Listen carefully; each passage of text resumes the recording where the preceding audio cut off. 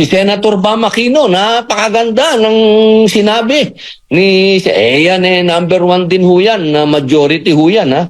At talaga naman alam natin ang naratibo niyan talagang nandun sa kabila. Pero talagang siya po ay nagbanggit din na hindi dapat na ibigay sa mga dayuhan ang ating mga senador.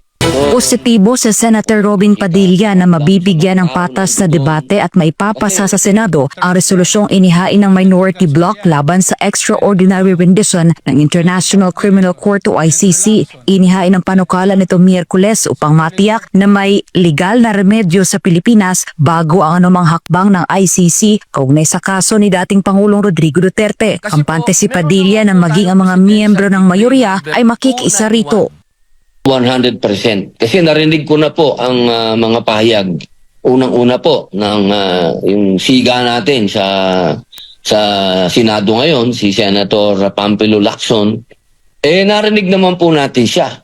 Siya na mismo ang nagsabi na talagang hindi dapat mangyari na ibigay ang mga senador diyan sa mga dayuhan.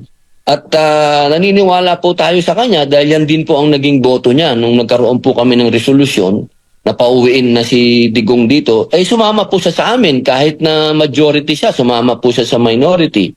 At ganun din naman po kay Senator, kay SP, kay Senate President Vicente Soto III. Si Senator Bam Aquino, napakaganda ng sinabi ni yan number one din ho yan, na majority ho yan ha. At talaga naman alam natin ang naratibo niyan talagang nandun sa kabila. Pero talagang siya po ay nagbanggit din na hindi dapat na ibigay sa mga dayuhan ang ating mga senador. Naniniwala rin si Padilla na karamihan naman sa mga Pilipino dapat protektahan ang soberanya ng bansa at hindi dapat pumayag sa anumang dikta ng mga dayuhan.